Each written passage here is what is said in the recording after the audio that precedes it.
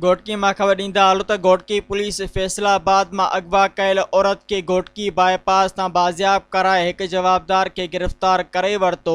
SHO A section Ghotki रफ़ीक सेलरो मूजिब त गश्त दौरान घोटकी बाईपास पंजो बाग रोड ते फैसलाबाद जी रहवासण औरत रुबीना आराई पुलिस खे ॾिसी बचाइण जूं दाऊं कयूं। पुलिस बर वक्त कार्रवाई कंदे हिक जवाबदार नूर मोहम्मद खे गिरफ़्तार करे वरितो। पुलिस मूजिब त बाज़ियाब करायल औरत पुलिस के बुधायो त जवाबदार नूर मोहम्मद शादी जो आसरो ॾेई फैसलाबाद मां अगवा करे घोटकी जे कचे में विकिरो करण लाइ वठी वञी रहियो हो त पुलिस अगवा थियण खां बचाए वरितो। पुलिस मूजिब त गिरफ़्तार जवाबदार मथां औरत खे अगवा करण जो केस बि दाख़िल कयो वियो आहे ऐं गिरफ़्तार जवाबदार नूर मोहम्मद जो हिकु ग्रुप आहे जेके पंजाब जी औरतुनि खे शादी जो आसरो ॾेई सिंध में विकिरो कंदा आहिनि, जिन मथां पंजाब जे मुख़्तलिफ़ थाणनि ते केस बि दाख़िल थियल आहिनि। सब्सक्राइब कयो अवामी न्यूज़ HD खे ऐं ताज़ा तरीन ख़बरुनि लाइ ॾिसंदा रहो अवामी न्यूज़ HD।